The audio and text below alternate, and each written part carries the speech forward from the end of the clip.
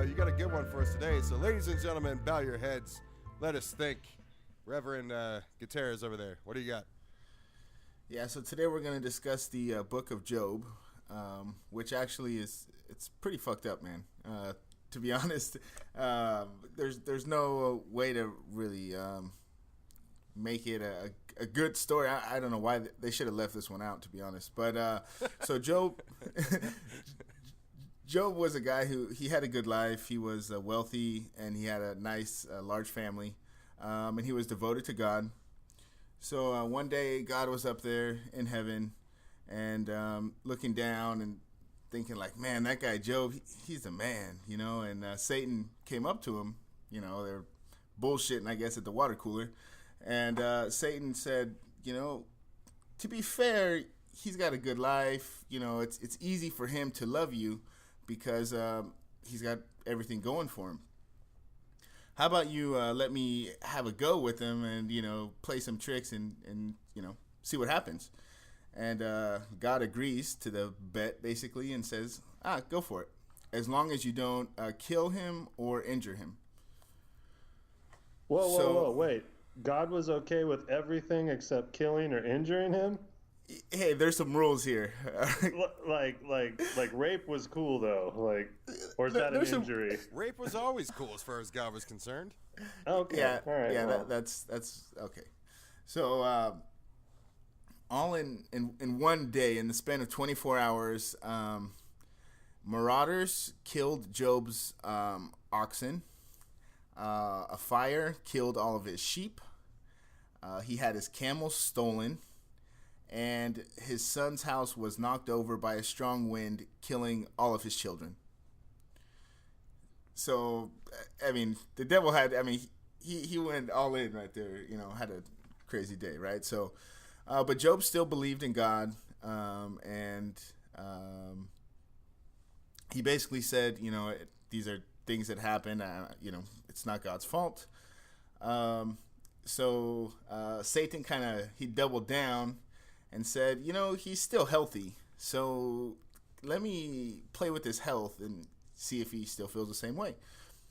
So he gave him hideous boils and made him sick. Job's wife, it's in the Bible, it's always the wife that's the voice of reason, but she told him, you know, renounce God, he's screwed you, basically, you know, and he's like, no, I gotta believe. So he had 3 friends come visit him and look at him and tell him, man, you must have done something wrong, because God just he wouldn't just fuck with you. You know, you must have done something wicked. Just tell us, renounce your sins, whatever, everything will be okay.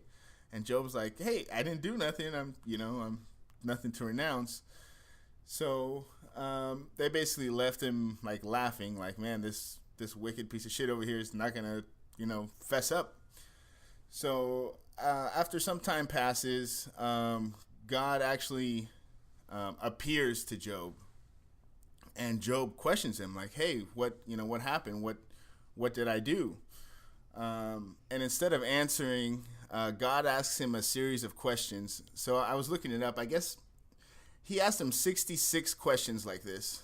And I only wrote down 2, but so questions like, have you entered into the springs of the sea or walked into the recesses of the deep?